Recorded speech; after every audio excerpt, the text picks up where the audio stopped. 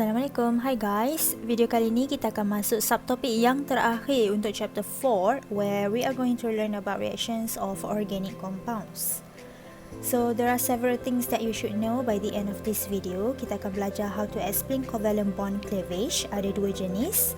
Then you have to state the relative stabilities antara primary, secondary and tertiary free radicals, carbocations and carbanions, dan juga macam mana awak nak explain menggunakan factor inductive effect of alkyl group towards the stability of carbocations and carbanions.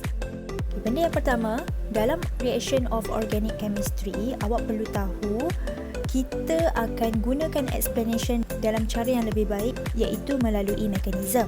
So mekanisme ni apa? Ini contoh mekanisme. Kalau awak nampak ada arrow pergi serang something and then arrow pergi ke arah Cl, lepas tu Cl ni ada lone pair pergi ke arah carbon. So ini adalah mekanisme which is a step by step process that explain the transformation of reactant kepada produk.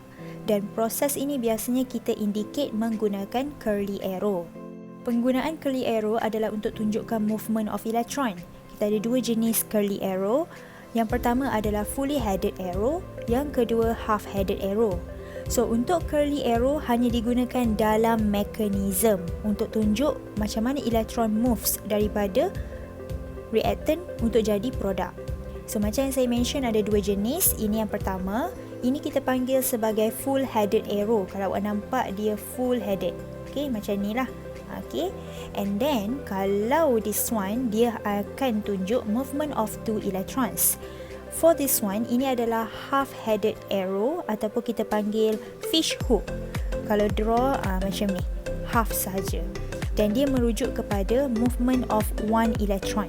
Dalam chemical reaction, awak perlu tahu kita sometimes akan break the bond so that kita akan form the new bonds. So breaking of chemical bonds ni kita panggil proses ni sebagai bond fission. So ada dua jenis covalent bond fission ataupun covalent bond cleavage, iaitu homolytic cleavage dan juga heterolytic cleavage. Untuk homolytic cleavage dia hanya berlaku dalam non-polar bond, di mana non-polar bond ni antara dua atoms with similar electronegativity. So single covalent bond ni dia akan break symmetrically kepada dua bahagian dan setiap atom dia akan terima bilangan elektron yang sama, iaitu one unpaired electron. Dan proses ini kita panggil dia sebagai homolysis. Apabila bond yang kita dah break tu dia menghasilkan produknya kita panggil sebagai free radicals, kerana dia punya produk hanya ada satu elektron. So free radicals ni adalah atom ataupun group of atoms yang mempunyai one unpaired valence electron, satu elektron. Okay, this one. So contoh homolytic cleavage macam this one, antara A dengan B kita ada bond. Satu bond ni dia ada dua elektron. So saya tunjuk sebagai dot. So kita gunakan half-headed arrow. So half-headed arrow ni satu ke arah A, satu ke arah B. So apa yang terhasil adalah free radicals. So ini yang kita panggil free radicals. Ada satu dot ni maksudnya satu elektron. So free radicals ni dia adalah reaction intermediates. Maknanya bukan final product. Dia hanya intermediate, tengah-tengah. Dan free radical is very reactive dan very unstable. So bila kita nak break the bond untuk hasilkan free radicals, biasanya kita akan gunakan condition ultraviolet light. And the process ni adalah endothermic sebab kita perlukan energy to break the covalent bonds, dan energy is provided from sunlight or high temperature. So I got two more examples here. Contoh macam mana free radicals boleh terhasil dan cara tulis. Let's say macam this one, dua free radical chlorine, kita boleh tulis dalam bentuk dua coefficient dekat depan. Untuk heterolytic pula, dia berlaku for polar bond involving two atoms with different electronegativity. Contoh, kita masih ada lagi single bond tapi dia break unsymmetrically, di mana both electrons dia akan transfer kepada more electronegative atom. So proses ini kita panggil sebagai heterolysis, dan heterolytic cleavage dia menghasilkan positif dan negatif ions. Nama lain untuk positif ion adalah cation dan kita panggil dia sebagai electrophile. Dan anion untuk negative ion kita panggil sebagai nucleophile. So ini term-term spesies yang awak akan selalu jumpa. Contoh untuk heterolytic cleavage, when you want to break the bond, so apa yang terjadi, kita akan gunakan full headed arrow. So dua-dua elektron ni, sebab full headed arrow dia tunjuk 2 elektron. So movement of 2 electrons here move towards chlorine, sebab chlorine is more electronegative berbanding carbon. So dia tak cukup elektron carbon ni, chlorine dia lebih elektron. So yang akan jadi carbocation adalah CH3+, dan ini juga yang kita panggil sebagai cation ataupun electrophile. Dan sebaliknya adalah untuk Cl-, ini kita panggil anion, nucleophile ataupun carbanion. So term-term ni awak kena ingat sebab kita akan selalu jumpa lepas ni. Ada beberapa term-term yang awak perlu tahu juga dalam reaction of organic chemistry, iaitu Miss masukkan inductive effect. So inductive effect ni apa? It is an electronic effect due to polarization of sigma bond within the molecule or ion. Sigma bond dekat sini merujuk kepada single bond. Dan dia hanya berlaku kerana electronegativity antara sigma bonds. Sekiranya contoh awak ada benzene kat sini yang attach dengan chlorine atom, awak boleh nampak kat sini. So what can you see here? This carbon in the ring is electropositive. Chlorine is more electronegative. So apa yang terjadi, direction of dipole moment akan merujuk ke arah chlorine. So chlorine is more electronegative than C atom. Jadi apa yang terjadi, chlorine ni akan inductively withdrawing the electron density daripada benzene ring kepada arah dia. So dia akan tarik electron density from the benzene ring dan dia akan bawa ke arah side dia punya bahagian. This chlorine is what we call as EWG, electron withdrawing group. So nanti kita akan fokus lebih bahagian this one. Next, untuk resonance effect. Ianya describes the polarity produced in a molecule apabila awak ada interaction between satu lone pair electrons dengan pi bond. Dan yang kedua adalah antara dua pi bonds in adjacent carbon. So macam mana contoh dia? Contoh kita ada movement of lone pair macam this one, daripada chlorine lone pair ni pergi ke arah sigma bond. Okay, so dia akan bentuk pi bond dekat sini. So jadilah double bond kat sini. Chlorine tak cukup elektron sebab elektron lone pair ni dah bagi untuk jadi double bond. So apa yang dia akan buat, daripada this bond, double bond ni dia akan pergi ke arah carbon. So bila dia pergi ke arah carbon kat sini, so dia akan jadi lebihlah elektron. Dan this process is going to be keep on going until awak dapat the same structure over and over. So this whole thing adalah resonance structure. So inilah yang kita panggil sebagai resonance effect. Dan biasanya resonance effect kita akan gunakan simbol anak panah dua direction ni untuk tunjuk between two molecules, both of them adalah resonance structures. Next, as I mentioned earlier, we talk about free radical dan juga carbocation. So kita akan masuk bahagian reaction intermediate. So reaction intermediate adalah spesies yang terhasil daripada step pertama untuk reactant hasilkan produk. So maknanya dia bukanlah final product, dia hanyalah produk tengah-tengah. Sebab tu kita panggil intermediate. So ada 3 jenis types of reaction intermediate. Yang pertama free radical, second carbocation dan last one carbanion. So semua spesies ni dia adalah reaction intermediate. So that's why dia very unstable and highly reactive. Mari kita fokus one by one. Let's go with free radical. So this is a very reactive species di mana dia ada unpaired electron. Satu je elektron dia. Dan dia terhasil daripada homolytic cleavage. Free radical is very reactive sebab dia tak cukup elektron. Jadi apabila dia tak cukup elektron, dia akan cari elektron yang daripada molekul yang lain ataupun atom yang lain supaya octet. So ini contoh macam mana free radical boleh terhasil. Ingat, untuk buat homolytic cleavage kita kena ada UV. Dan juga kita gunakan half-headed arrow. So bond dekat tengah-tengah antara dua Cl atoms akan break untuk hasilkan 2 chlorine free radical. Sama juga macam case dekat bawah. Next, kita ada carbocation ataupun nama lain dia adalah carbonium ion. Pilih salah satu untuk ingat. So ini pun sama, dia adalah very reactive species tapi dia ada positive charge on carbon atom. Ingat, on carbon atom.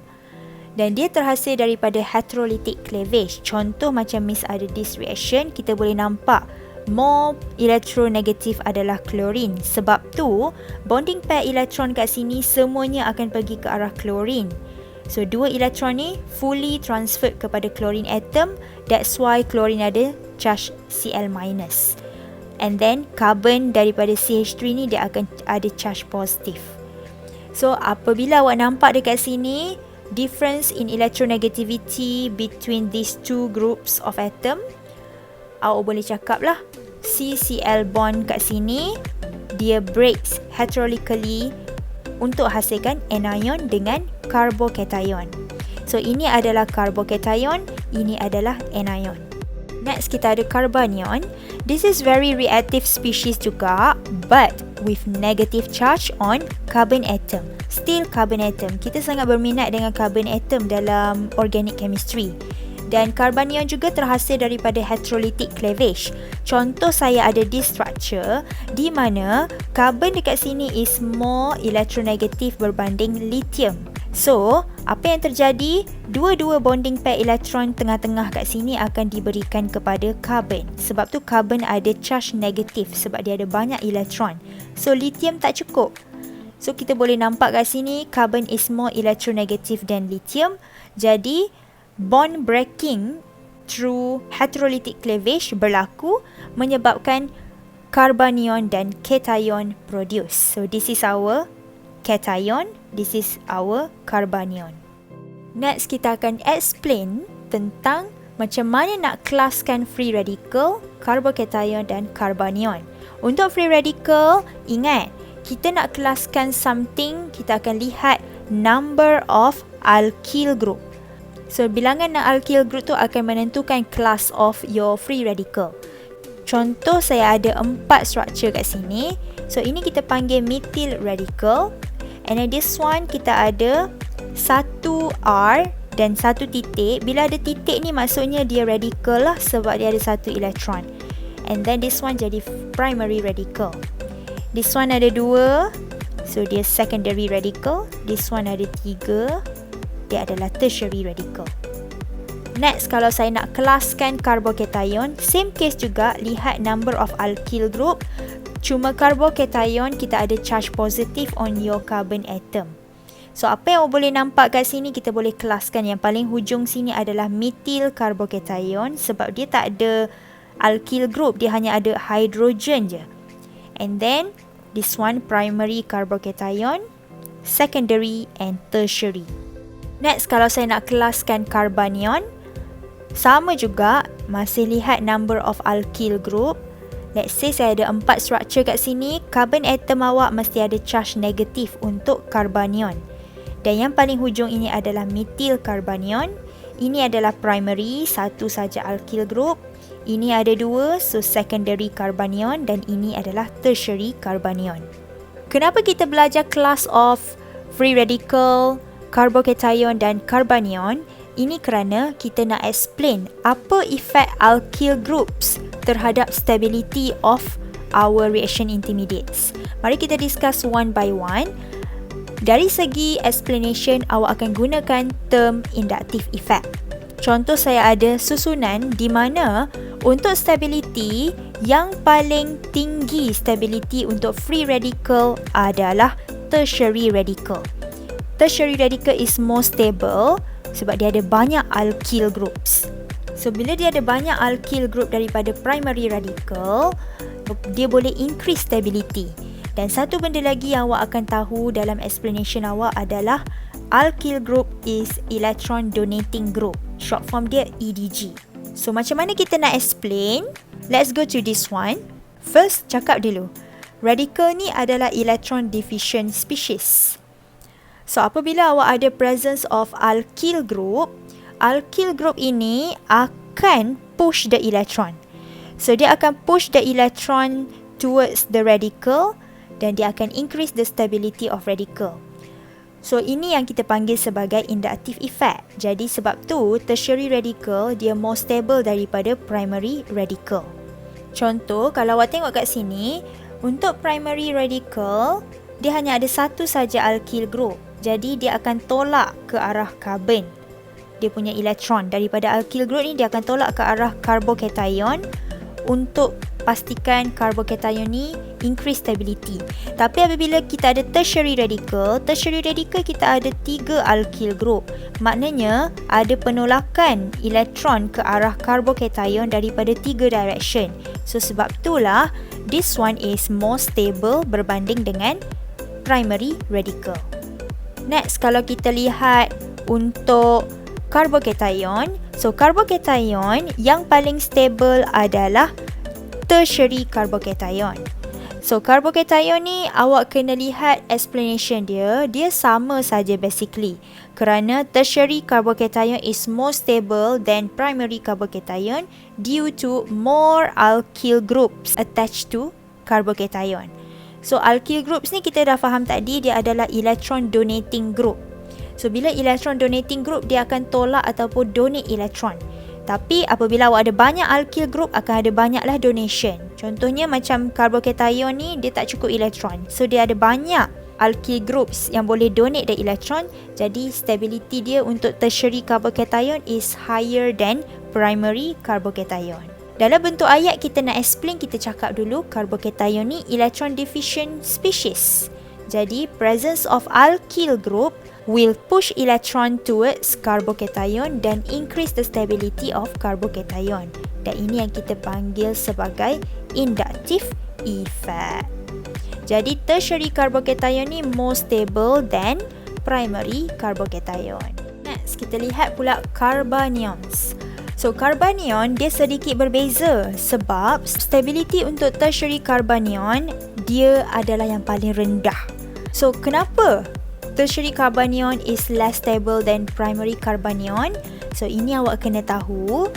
Okay, kalau kita lihat carbanion dia dah banyak elektron sebab charge dekat carbon ni dia ada negative charge. Jadi kalaulah kita ada alkyl group kan electron donating group. Jadi bila dia bagi banyak elektron kepada carbon atom yang sudah ada negative charge, jadi dia ada banyak sangat, sebab tu dia akan jadi tak stable.